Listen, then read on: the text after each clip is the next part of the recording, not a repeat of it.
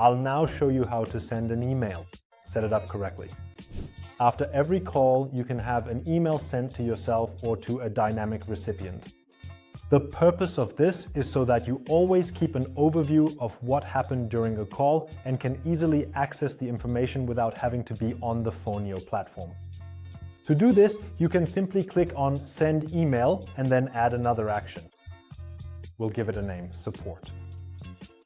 Subject, Phoneo AI call, and in this case, I want a fixed recipient. As a support member, I want to receive every email in this context, so I now add my email address. If you have a case where you need a dynamic recipient, and that means that depending on the issue, a different email address should be used, then simply click on Dynamic Recipient. Again, we use an if-then statement here.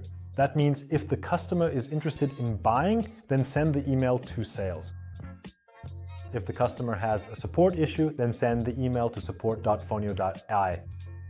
You can set this up however you like. The clearer you describe it, the better it will work. Even with a fixed recipient, it's important that we specify a condition for when the email should be sent. It's important to mention, if you want to receive an email every time, you can simply leave this blank. Now let's look at the email content. Here we have two options. Either we use the standard option or we use a custom prompt. In my case, I usually find the standard option sufficient because even here you can still make adjustments. You can see the from number, which means the caller or the called number is displayed here.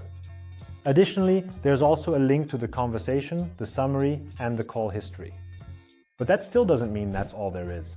You can still add more variables by simply clicking on Add Variable and then, for example, selecting that you also want to have the duration of the call.